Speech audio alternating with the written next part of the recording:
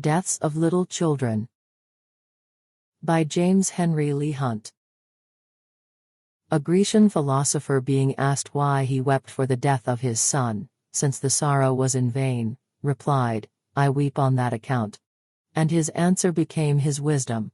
It is only for sophists to contend that we, whose eyes contain the fountains of tears, need never give way to them. It would be unwise not to do so on some occasions. Sorrow unlocks them in her balmy moods. The first bursts may be bitter and overwhelming, but the soil on which they pour would be worse without them. They refresh the fever of the soul, the dry misery which parches the countenance into furrows, and renders us liable to our most terrible flesh quakes. There are sorrows, it is true, so great, that to give them some of the ordinary vents is to run a hazard of being overthrown. These we must rather strengthen ourselves to resist, or bow quietly and dryly down, in order to let them pass over us, as the traveler does the wind of the desert. But where we feel that tears would relieve us, it is false philosophy to deny ourselves at least that first refreshment, and it is always false consolation to tell people that because they cannot help a thing, they are not to mind it. The true way is, to let them grapple with the unavoidable sorrow, and try to win it into gentleness by a reasonable yielding. There are griefs so gentle in their very nature that it would be worse than false heroism to refuse them a tear. Of this kind are the deaths of infants. Particular circumstances may render it more or less advisable to indulge in grief for the loss of a little child, but, in general, parents should be no more advised to repress their first tears on such an occasion, than to repress their smiles towards a child surviving, or to indulge in any other sympathy. It is an appeal to the same gentle tenderness, and such appeals are never made in vain. The end of them is an acquittal from the harsher bonds of affliction, from the typing down of the spirit to one melancholy idea. It is the nature of tears of this kind, however strongly they may gush forth, to run into quiet waters at last. We cannot easily, for the whole course of our lives, think with pain of any good and kind person whom we have lost. It is the divine nature of their qualities to conquer pain and death itself, to turn the memory of them into pleasure, to survive with a placid aspect in our imaginations. We are riding at this moment just opposite a spot which contains the grave of one inexpressibly dear to us. We see from our window the trees about it, and the church spire. The green fields lie around. The clouds are traveling overhead, alternately taking away the sunshine and restoring it. The vernal winds, piping of the flowery summertime, are nevertheless calling to mind the far distant and dangerous ocean, which the heart that lies in that grave had many reasons to think of. And yet the sight of this spot does not give us pain. So far from it, it is the existence of that grave which doubles every charm of the spot, which links the pleasures of our childhood and manhood together, which puts a hushing tenderness in the winds, and a patient joy upon the landscape, which seems to unite heaven and earth, mortality and immortality, the grass of the tomb and the grass of the green field, and gives a more maternal aspect to the whole kindness of nature. It does not hinder gaiety itself. Happiness was what its tenant, through all her troubles, would have diffused. To diffuse happiness, and to enjoy it, is not only carrying on her wishes, but realizing her hopes, and gaiety, freed from its only pollutions, malignity and want of sympathy, is but a child playing about the knees of its mother. The remembered innocence and endearments of a child stand us instead of virtues that have died older. Children have not exercised the voluntary offices of friendship, they have not chosen to be kind and good to us, nor stood by us, from conscious will, in the hour of adversity.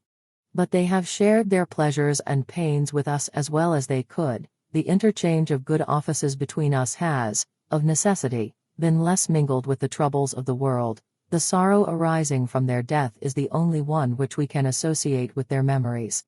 These are happy thoughts that cannot die. Our loss may always render them pensive, but they will not always be painful.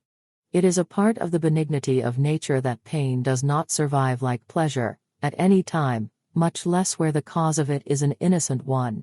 The smile will remain reflected by memory, as the moon reflects the light upon us when the sun has gone into heaven. When writers like ourselves quarrel with earthly pain, we mean writers of the same intentions, without implying, of course, anything about abilities or otherwise. They are misunderstood if they are supposed to quarrel with pains of every sort. This would be idle and effeminate. They do not pretend, indeed, that humanity might not wish, if it could, to be entirely free from pain, for it endeavors, at all times, to turn pain into pleasure, or at least to set off the one with the other, to make the former a zest and the latter a refreshment. The most unaffected dignity of suffering does this, and, if wise, acknowledges it. The greatest benevolence towards others, the most unselfish relish of their pleasures, even at its own expense, does but look to increasing the general stock of happiness, though content, if it could, to have its identity swallowed up in that splendid contemplation. We are far from meaning that this is to be called selfishness. We are far, indeed, from thinking so, or of so confounding words. But neither is it to be called pain when most unselfish, if disinterestedness by truly understood. The pain that is in it softens into pleasure, as the darker hue of the rainbow melts into the brighter. Yet even if a harsher line is to be drawn between the pain and pleasure of the most unselfish mind, and ill health, for instance, may draw it, we should not quarrel with it if it contributed to the general mass of comfort, and were of a nature which general kindliness could not avoid. Made as we are, there are certain pains without which it would be difficult to conceive certain great and overbalancing pleasures. We may conceive it possible for beings to be made entirely happy, but in our composition something of pain seems to be a necessary ingredient, in order that the materials may turn to as fine account as possible, though our clay, in the course of ages and experience, may be refined more and more. We may get rid of the worst earth, though not of earth itself. Now the liability to the loss of children, or rather what renders us sensible of it, the occasional loss itself, seems to be one of these necessary bitters thrown into the cup of humanity. We do not mean that every one must lose one of his children in order to enjoy the rest, or that every individual loss afflicts us in the same proportion. We allude to the deaths of infants in general. These might be as few as we could render them. But if none at all ever took place, we should regard every little child as a man or woman secured, and it will easily be conceived what a world of endearing cares and hopes this security would endanger. The very idea of infancy would lose its continuity with us. Girls and boys would be future men and women, not present children. They would have attained their full growth in our imaginations, and might as well have been men and women at once. On the other hand, those who have lost an infant, are never, as it were, without an infant child. They are the only persons who, in one sense, retain it always, and they furnish their neighbors with the same idea. The other children grow up to manhood and womanhood, and suffer all the changes of mortality. This one alone is rendered an immortal child. Death has arrested it with his kindly harshness, and blessed it into an eternal image of youth and innocence. Of such as these are the pleasantest shapes that visit our fancy and our hopes. They are the ever-smiling emblems of joy, the prettiest pages that wait upon imagination. Lastly, of these are the kingdom of heaven. Wherever there is a province of that benevolent and all-accessible empire, whether on earth or elsewhere, such are the gentle spirits that must inhabit it. To such simplicity, or the resemblance of it, must they come. Such must be the ready confidence of their hearts and creativeness of their fancy. And so ignorant must they be of the knowledge of good and evil, losing their discernment of that self-created trouble, by enjoying the garden before them, and not being ashamed of what is kindly and innocent. On the Realities of Imagination, by James Henry Leigh Hunt. There is not a more unthinking way of talking than to say such and such pains and pleasures are only imaginary, and therefore to be got rid of or undervalued accordingly. There is nothing imaginary in the common acceptation of the word. The logic of Moses in The Vicar of Wakefield is good argument here. Whatever is, is. Whatever touches us, whatever moves us, does touch and does move us. We recognize the reality of it, as we do that of a hand in the dark. We might as well say that a sight which makes us laugh, or a blow which brings tears into our eyes, is imaginary, as that anything else is imaginary which makes us laugh or weep. We can only judge of things by their effects. Our perception constantly deceives us, in things with which we suppose ourselves perfectly conversant, but our reception of their effect is a different matter. Whether we are materialists or immaterialists, whether things be about us or within us, whether we think the sun is a substance, or only the image of a divine thought, an idea, a thing imaginary, we are equally agreed as to the notion of its warmth. But on the other hand, as this warmth is felt differently by different temperaments, so what we call imaginary things affect different minds. What we have to do is not to deny their effect, because we do not feel in the same proportion, or whether we even feel it at all, but to see whether our neighbors may not be moved. If they are, there is, to all intents and purposes, a moving cause. But we do not see it? No, neither perhaps do they. They only feel it. They are only sentient, a word which implies the sight given to the imagination by the feelings. But what do you mean, we may ask in return, by seeing? Some rays of light come in contact with the eye. They bring a sensation to it. In a word, they touch it, and the impression left by this touch we call sight. How far does this differ in effect from the impression left by any other touch, however mysterious? An ox knocked down by a butcher, and a man knocked down by a fit of apoplexy, equally feel themselves compelled to drop. The tickling of a straw and of a comedy equally move the muscles about the mouth. The look of a beloved eye will so thrill the frame, that old philosophers have had recourse to a doctrine of beams and radiant particles flying from one sight to another. In fine, what is contact itself, and why does it affect us? There is no one cause more mysterious than another, if we look into it.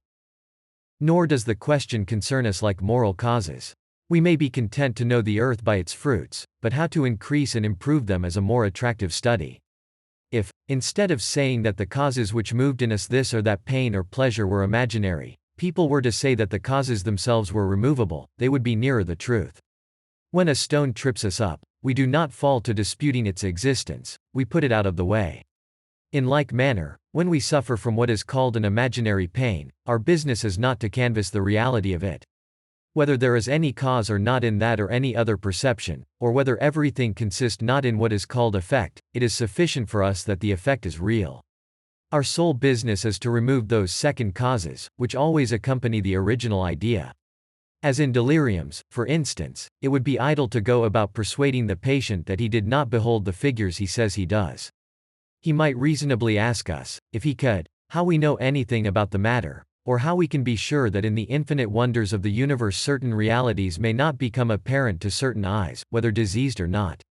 Our business would be to put him into that state of health in which human beings are not diverted from their offices and comforts by a liability to such imaginations.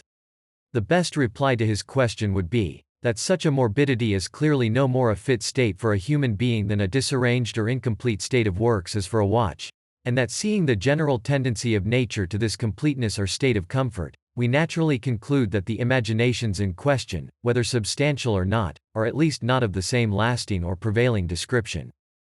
We do not profess metaphysics.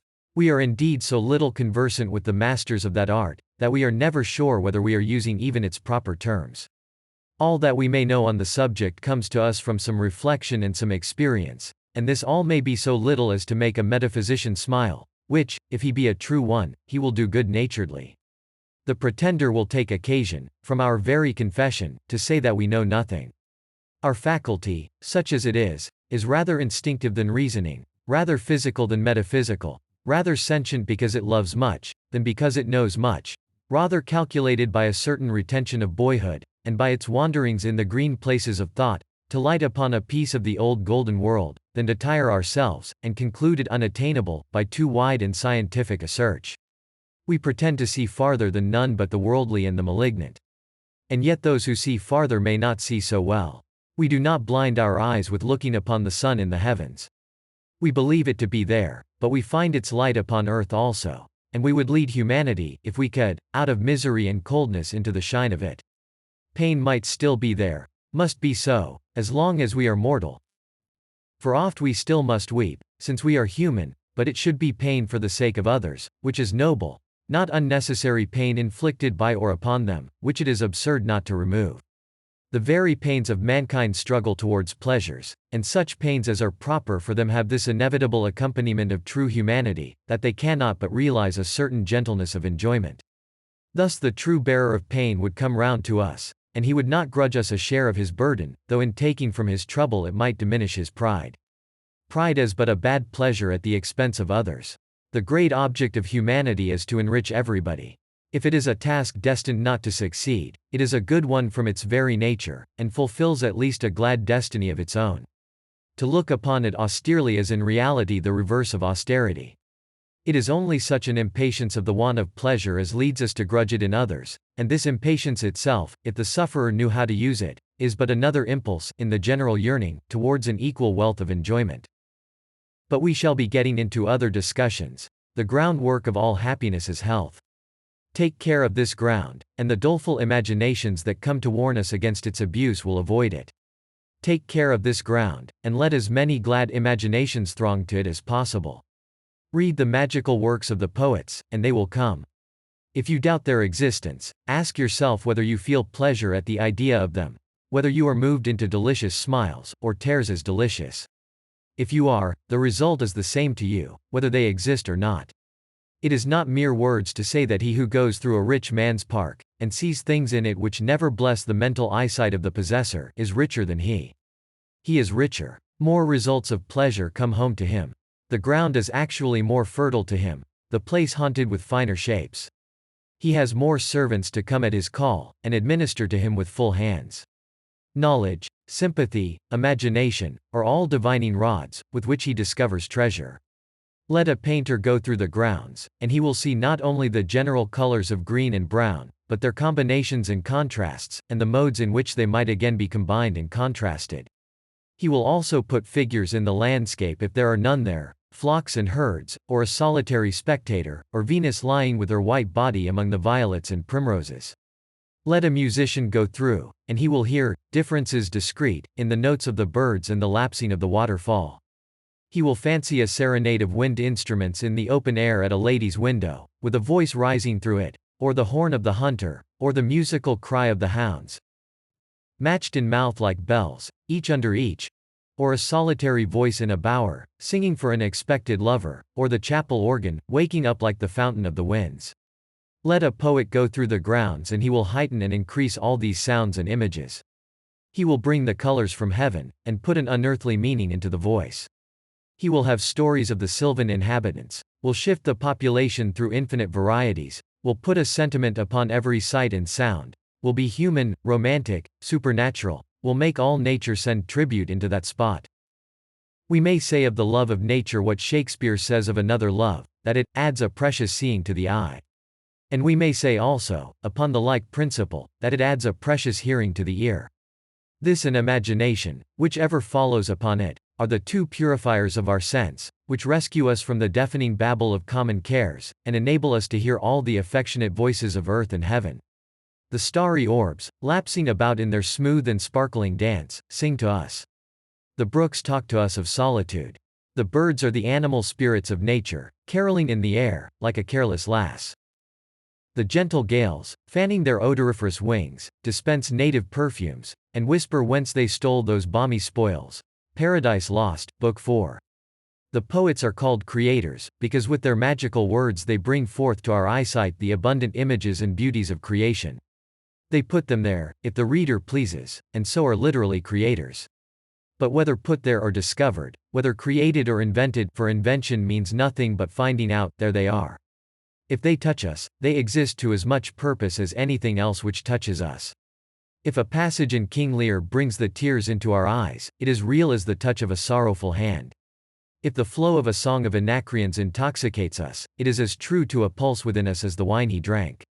We hear not their sounds with ears, nor see their sights with eyes, but we hear and see both so truly, that we are moved with pleasure, and the advantage, nay even the test, of seeing and hearing, at any time, is not in the seeing and hearing, but in the ideas we realize, and the pleasure we derive. Intellectual objects, therefore, inasmuch as they come home to us, are as true a part of the stock of nature as visible ones, and they are infinitely more abundant. Between the tree of a country clown and the tree of a Milton on Spencer, what a difference in point of productiveness. Between the plodding of a sexton through a churchyard and the walk of a grey, what a difference. What a difference between the Bermudas of a shipbuilder and the Bermudes of Shakespeare. The isle, full of noises, sounds, and sweet airs, that give delight, and hurt not. The isle of elves and fairies, that chase the tide to and fro on the sea shore. Of coral bones and the knell of sea nymphs. Of spirits dancing on the sands, and singing amidst the hushes of the wind. Of Caliban, whose brute nature enchantment had made poetical. Of Ariel, who lay in cowslip bells, and rode upon the bat. Of Miranda, who wept when she saw Ferdinand work so hard, and begged him to let her help, telling him, I am your wife, if you will marry me, if not, I'll die your maid. To be your fellow you may deny me, but I'll be your servant, whether you will or no. Such are the discoveries which the poets make for us, worlds to which that of Columbus was but a handful of brute matter. America began to be richer for us the other day, when Humboldt came back and told us of its luxuriant and gigantic vegetation, of the myriads of shooting lights, which revel at evening in the southern sky, and that grand constellation, at which Dante seems to have made so remarkable a guess, Purgatorio, Canto 4. 22. The natural warmth of the Mexican and Peruvian genius, set free from despotism, will soon do all the rest for it, awaken the sleeping riches of its eyesight, and call forth the glad music of its affections. Imagination enriches everything. A great library contains not only books, but the assembled souls of all that men held wise. Davenant. The moon is Homer's and Shakespeare's moon, as well as the one we look at. The sun comes out of his chamber in the east, with a sparkling eye, rejoicing like a bridegroom. The commonest thing becomes like Aaron's rod, that budded.